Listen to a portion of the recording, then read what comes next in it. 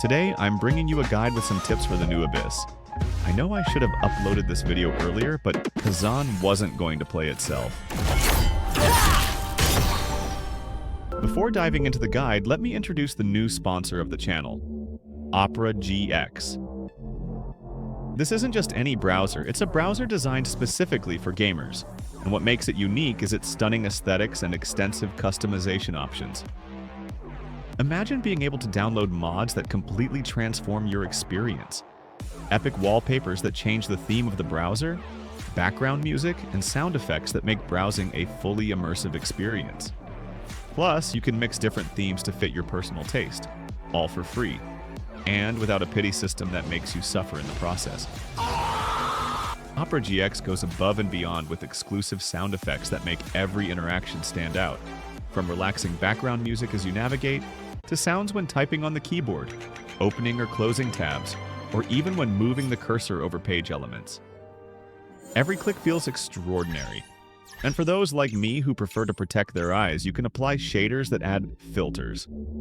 A browser that adapts completely to your needs. How amazing is that?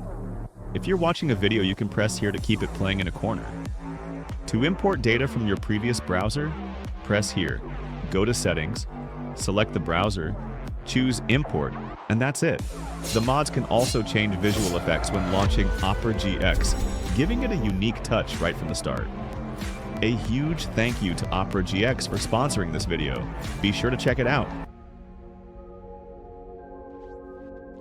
The key here is to use characters with strong pyro applications such as Xiangling, Mavuika, Hu Tao, or Arlecchino.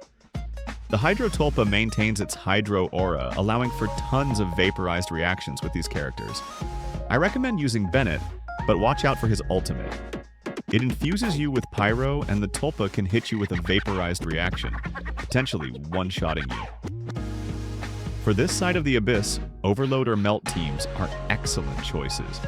I also want to highlight the double Pyro composition with Navia, which shines thanks to the Geo Elemental damage buff in this phase.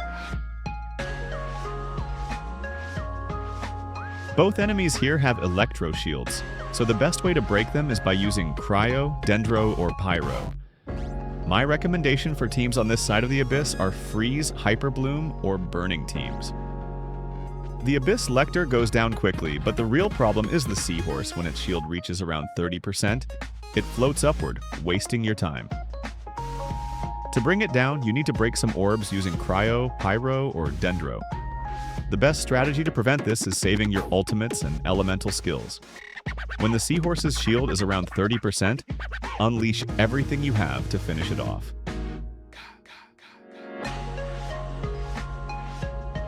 The trick against this robot is to hit it multiple times with Noctambulism so it quickly summons its totems. Destroying the totems reduces its health and resistance for a short period.